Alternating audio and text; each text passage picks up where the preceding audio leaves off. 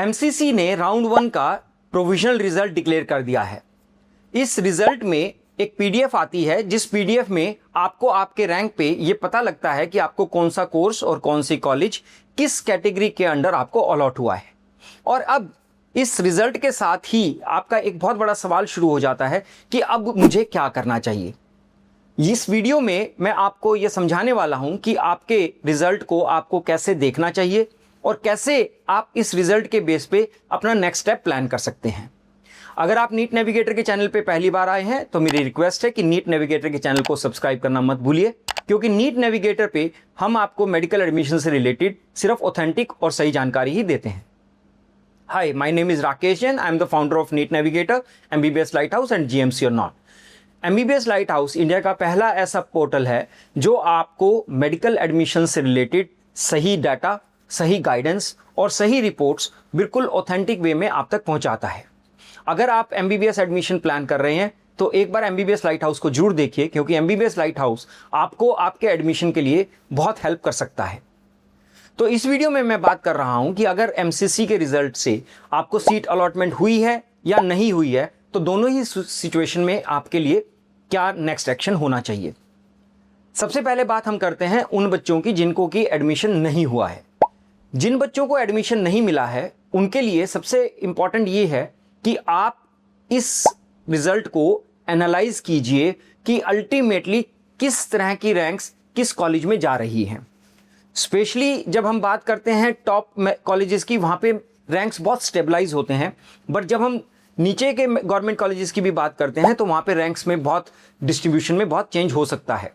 ये डिस्ट्रीब्यूशन में चेंज इसलिए होता है क्योंकि अलग अलग स्टेट्स के बच्चे एमसीसी में पार्टिसिपेट कर रहे हैं और कहीं ना कहीं वो एक डिसीजन लेने वाले हैं कि वो अपने स्टेट से एडमिशन लें या उनको अपने एमसीसी से एडमिशन लेना चाहते हैं।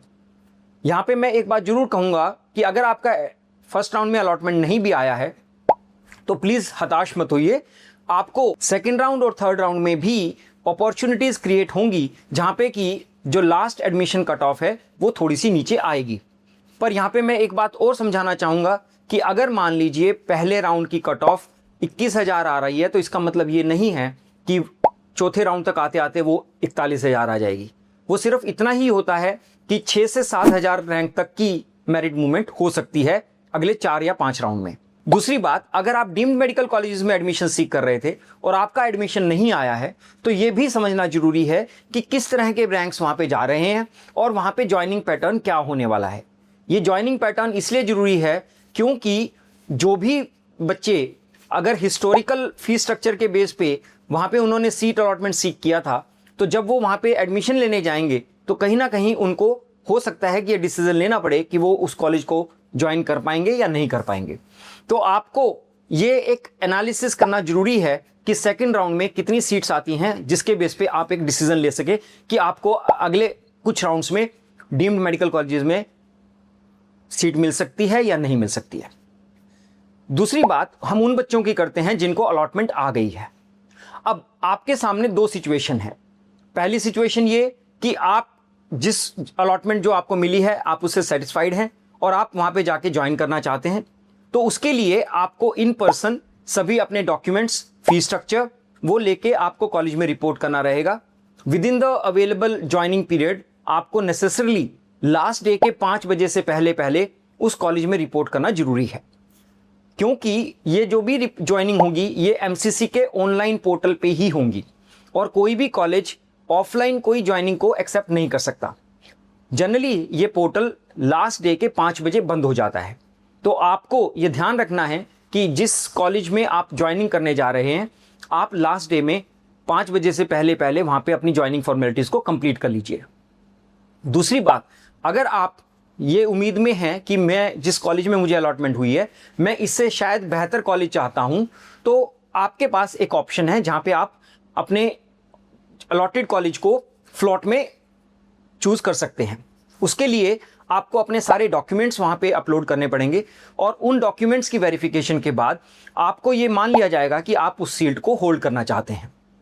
उसके बाद आप सेकेंड राउंड में भी पार्टिसिपेट कर सकते हैं और मीनवाइल आप अपने स्टेट में भी पार्टिसिपेशन कंटिन्यू कर सकते हैं।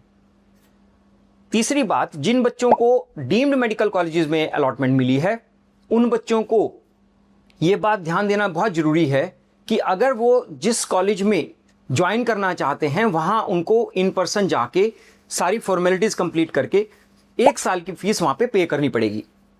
इसके साथ ही ये भी ध्यान रखिए कि कुछ कॉलेजेस में कुछ एडिशनल सिक्योरिटीज़ भी पेएबल होती हैं जो कि वन टाइम होती हैं और एडमिशन के टाइम पे ही आपको देने की होती हैं। तो जब आप अपना टोटल बजट प्लान करके चलें तो उन सिक्योरिटीज़ को ज़रूर प्रोविज़न लेके चलें।